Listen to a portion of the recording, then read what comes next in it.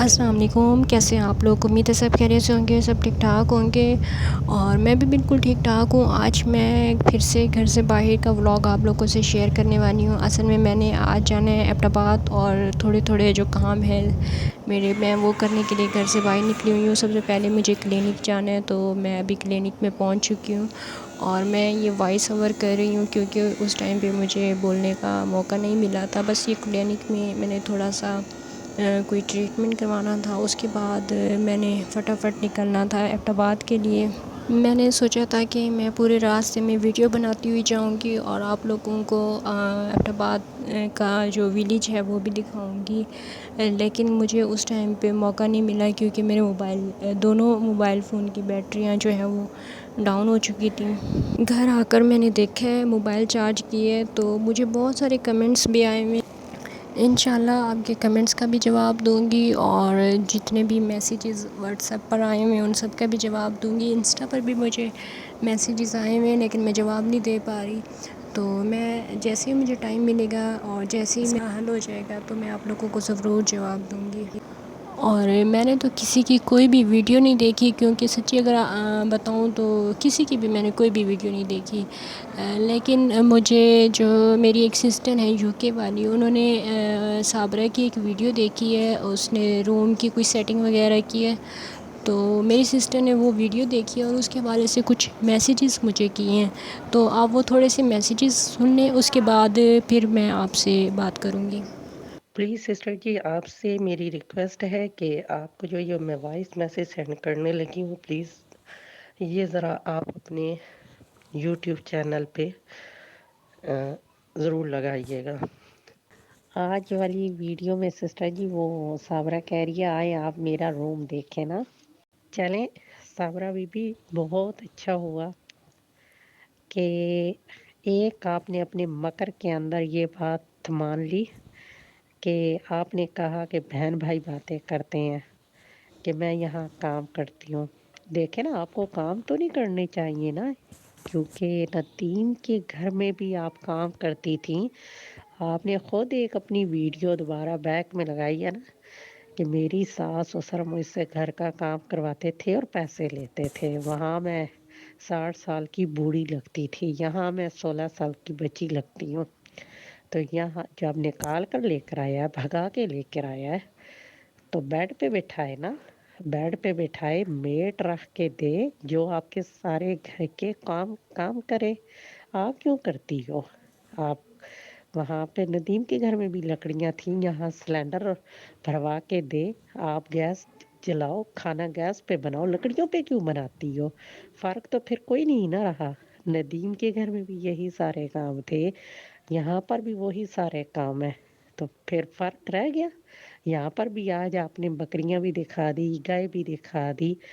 تو ان کو بھی چارہ ڈالتی ہو، سارا کچھ کرتی ہو، ہاں؟ تو وہاں ندیم کے گھر میں بھی یہی کام تھا، ہاں وہاں 3 بچے بھی تھے، سوری وہ میں بھول گئی نا بچے، وہاں بچوں کی کیئر کرنی تھی، یہاں پہ صرف ایک خسرے کی کیئر کرنی ہے اور اس کی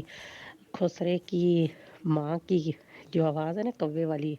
اس کی ایک خدمت کرنی ہے، اور خسرے کا جو باپ ہے اس کی تم نے خدمت کرنی ہے۔ یہاں یہ فرق ہے، وہاں 4 لوگ زیادہ تھے، یہاں 4 کم ہے، بس فرق کتنا ہے، اور کوئی فرق نہیں ہے کاموں میں۔ کاموں میں تم ادھر یا خسرے کے گھر میں نا، جاوید خسرے کے گھر میں زیادہ بڑی ماسی بنی ہوئی ہو۔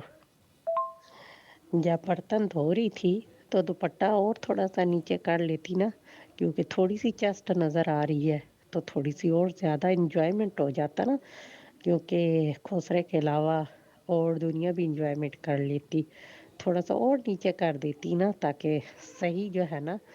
باہر کی طرف نظر آتے، پتہ چلے کہ تم موٹی ہو رہی ہو۔ تو خسرا جو ہے نا، جاوید خسرا، سائدہ کو تو جاب چھڑواتا تھا اسکول کی، عزت والی جاب ہے نا ٹیچر کی، کیونکہ استاد بہت عظیم ہستی ہیں، ٹھیک ہے، تو وہ اسکول میں ٹیچنگ کرتی تھی، تو اس کو تو چھڑواتا تھا۔ تو خسرا اب تمہیں گھر میں عزت سے کیوں نہیں، جاوید خسرا اب تمہیں گھر میں عزت سے کیوں نہیں بٹھاتا؟ تو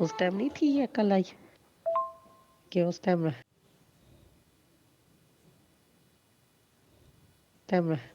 جاوید خسرے نے تمہارا ہاتھ نہیں تھا پکڑا؟ تو اب تم سامان خود کیوں خریدتی ہو؟ تمہیں تو تمہاری ماں اور باپ نے جو تمہیں اس کے ساتھ بھیجا اور وہ راضی بھی ہیں، تو ایک دن ماں اور باپ کے ساتھ بھی ویڈیو بنا ڈالو اور ان کو دکھاؤ۔ جو ہم باتیں کہتے ہیں وہ باتیں ان کا جواب کیوں نہیں دیتی ہو؟ نہ عرفانہ باجی کی موت والی ویڈیو کا تم ہجڑے اور مکار لومڑی صابرہ، تم دونوں نے وہ ویڈیو ہی نہیں ڈالی جہاں تم اس کے جنازے میں گئے اور جنازہ پڑھنے کی، اس کے جنازے میں جانے کی، یہ ساری ویڈیو تو دکھاؤ نا، یہ ساری چیزیں دکھاؤ، پھر اس کے بعد آگے کی باتیں کرنا، کیونکہ تم تو جب تک زندہ رہو گی تو بچوں کا پیچھا کرو گی نا، تو بچے تمہارے منہ کے اوپر آپ تھوکیں گے، آپ سماویہ بھی تھوکے گی، مزمل بھی تھوکے گا اور ایمن بھی تھوکے گی، تینوں بچے تمہارے منہ پہ تھوکیں گے۔